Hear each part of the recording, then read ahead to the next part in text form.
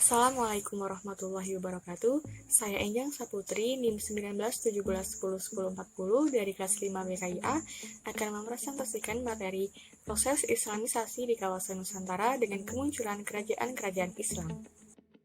Fase terbentuknya kerajaan Islam, abad ke-13 sampai 16 Masehi. Pada fase ini ditandai dengan munculnya pusat-pusat kerajaan Islam. Ditemukannya makam Malik al-Soleh yang terletak di Kecamatan Samudra di Aceh Utara dengan angka tahun 696 Hijriah atau 1297 Masehi. Merupakan bukti yang jelas adanya kerajaan Islam di Pasai. Historiografi tradisional lokal, hikayat raja-raja Pasai, dan sejarah Melayu Malik menyebutkan penguasa pertama kerajaan Samudra Pasai adalah Malik al-Soleh. Akan tetapi, di Barus telah ditemukan makam seorang perempuan yang bernama Tuhar Anisuri dengan angka tahun 602 Hijriah. Hal ini membuktikan bahwa pada permulaan abad ke-13 Masehi sudah ada pemukiman masyarakat Islam di Barus. Di Jawa sendiri sudah ada bukti yang kuat tentang keberadaan masyarakat Muslim, terutama di pesisir utara. Adanya batu nisan bekas pemakaman orang-orang Islam di Trowulan dan Troloyo. Saluran politik pengaruh kekuasaan sangatlah berperan besar dalam proses Islamisasi di Indonesia. Ketika seorang raja memeluk agama Islam, maka rakyat juga akan mengikuti jejak rajanya. Rakyat memiliki kepatuhan yang sangat tinggi, dan raja sebagai panutan bahkan menjadi tauladan bagi rakyatnya. Kerajaan-kerajaan yang berjasa besar dalam penyebaran agama Islam diantaranya. Yang pertama ada Kerajaan Malaka, yang kedua Kerajaan Aceh, yang ketiga ada Kerajaan Demak, yang keempat Kerajaan Banten, yang kelima Kerajaan Goa, dan yang terakhir ada Kerajaan Maluku. Yang pertama ada Kerajaan Malaka, yaitu tahun 803 sampai 917 Hijriah atau 1400 sampai 1511 Masehi. Malaka dikenal sebagai pintu gerbang Nusantara. Sebutan ini diberikan mengingat peranannya sebagai jalan lalu lintas bagi pedagang-pedagang asing yang berhak masuk dan keluar pelabuhan-pelabuhan di Indonesia. Letak geografis Malaka yang sangat menguntungkan yang menjadi jalan silang antara Asia Timur dan Asia Barat. Dengan letak geografis yang demikian membuat Malaka menjadi kerajaan yang berpengaruh atas daerahnya. Setelah Malaka menjadi kerajaan Islam, para pedagang, mubalik, dan guru sufi dari negeri Timur Tengah dan India makin ramai mendatangi kota Bandar Malaka. Dari bandar ini, Islam dibawa ke Patani dan tempat lainnya di semenanjung seperti Pahang, Johor, dan Perlak. Kerajaan Malaka sudah menjalin hubungan harmonis dengan Jawa, karena memang Malaka memerlukan bahan-bahan pangan dari Jawa untuk memenuhi kebutuhan kerajaan. Begitu pula pedagang-pedagang Jawa juga butuh memperdagangkan rempah-rempah dan membawanya dari Maluku ke Malaka. Kesultanan Malaka mempunyai pengaruh besar di daerah Sumatera dan sekitarnya, sehingga mudah mempengaruhi daerah-daerah tersebut untuk masuk Islam, seperti daerah Rokana Kampar, Indiagiri, dan Siak. Yang kedua ada Kerajaan Aceh, tahun 920 sampai 1322 Hijriah atau 1514 sampai 1904 Masehi. Pada abad ke-16, Aceh mulai memegang peranan penting di bagian utara Sumatera. Pengaruh Aceh ini meluas dari Barus di sebelah utara hingga sebelah selatan di daerah Indrapura. Sebelum Indrapura di bawah pengaruh Aceh, Indrapura merupakan daerah pengaruh Minangkabau. Pendiri dari Kerajaan Aceh ialah Sultan Ibrahim. Beliau berhasil melepaskan Aceh dari Pidi. Aceh menerima Islam dari Pasai yang kini menjadi bagian wilayah Aceh, dan pergantian agama diperkirakan terjadi mendekati pertengahan abad ke-14.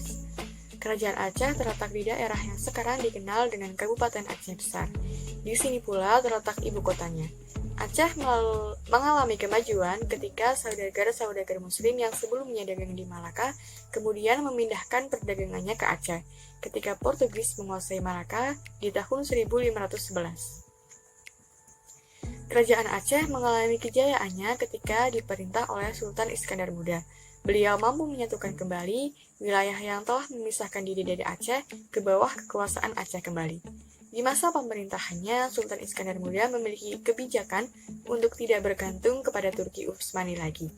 Untuk mengalahkan tentara Portugis, Sultan Iskandar bekerja sama dengan musuh Portugis yaitu Belanda dan Inggris. Ialah Kerajaan Demak tahun 918 sampai 960 Hijriah atau 1512 sampai 1552 Masehi. Agama Islam di Jawa disebarkan oleh para wali songo atau wali sembilan. Mereka tidak hanya ahli dalam bidang keagamaan, tetapi juga dalam bidang pemerintahan dan politik.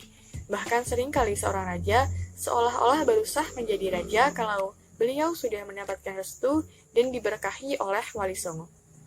Para wali menjadikan Demak sebagai pusat penyebaran Islam dan sekaligus menjadikannya sebagai kerajaan Islam dan menunjuk Raden Patah sebagai rajanya. Kerajaan ini berlangsung kira-kira abad ke-15 dan abad 16 Masehi. Demak adalah salah satu kerajaan Islam yang berkembang di pantai utara Pulau Jawa. Raja pertamanya ialah Raden Patah. Sebelum berkuasa penuh atas Demak, Demak masih menjadi daerah dari Kerajaan Majapahit. Pada perkiraan abad ke-16, Demak telah menguasai seluruh Jawa. Selanjutnya ada Kerajaan Banten tahun 960 sampai 1906 Hijriah atau 1552 sampai 1684 Masehi. Banten merupakan kerajaan Islam yang mulai berkembang pada abad ke-16 setelah pedagang-pedagang dari India, Arab, Persia mulai menghindari Malaka yang sejak tahun 1511 telah dikuasai oleh Portugis. Pada tahun 1568, di saat kekuasaan Demak beralih ke Pajang, Hasanuddin memerdekakan Banten. Itulah sebabnya, oleh tradisi, beliau dianggap sebagai seorang raja Islam yang pertama di Banten. Pada masa kekuasaan Sultan Hasanuddin, Banten banyak mencapai kemajuan dalam berbagai bidang kehidupan. Hasanuddin sendiri menikahi putri Demak dan diresmikan menjadi Panembahan Banten tahun 1552. Beliau meneruskan usaha-usaha ayahnya dan meluaskan daerah Islam, yaitu ke Lampung dan sekitarnya di Sumatera Selatan. Selanjutnya, Kerajaan Goa di Makassar, tahun 1078 Hijriah atau 1667 Masehi. Kerajaan lain yang bercorak Islam adalah Kerajaan Guatalo di Semenanjung Selatan, Sulawesi. Kerajaan ini menerima Islam pada tahun 1605 Masehi. Raja yang terkenal dengan nama Tumaparisi Kalona yang berkuasa pada akhir abad ke-15 dan permulaan abad ke-16. Kerajaan Guatalo menjalin hubungan dengan Ternate yang telah menerima Islam dari Gresik atau Giri. Penguasa Ternate mengajak penguasa Guatalo untuk masuk agama Islam. Namun gagal. Nah, Islam sendiri baru berhasil masuk di Guatalo pada waktu Datuk Ri Bandang datang ke kerajaan Guatalo. Sultan Alauddin adalah raja pertama yang memeluk agama Islam di tahun 1605 Masehi. Yang terakhir ada Kerajaan Maluku. Kerajaan Maluku terletak di bagian daerah Indonesia bagian timur. Kedatangan Islam ke Maluku tidak dapat dipisahkan dari jalan perdagangan yang terbentang antara pusat lalu lintas pelayar internasional di Malaka, Jawa, dan Maluku. Menurut tradisi setempat, sejak abad ke-14 Islam sudah datang di daerah Maluku. Pengislaman di daerah Maluku dibawa oleh Maulana Hussein. Hal ini terjadi pada masa pemerintahan marhum di Ternate. Raja pertama yang muslim ialah Zain al-Abidin. Beliau sendiri mendapat ajaran Islam tersebut dari Madrasah Giri.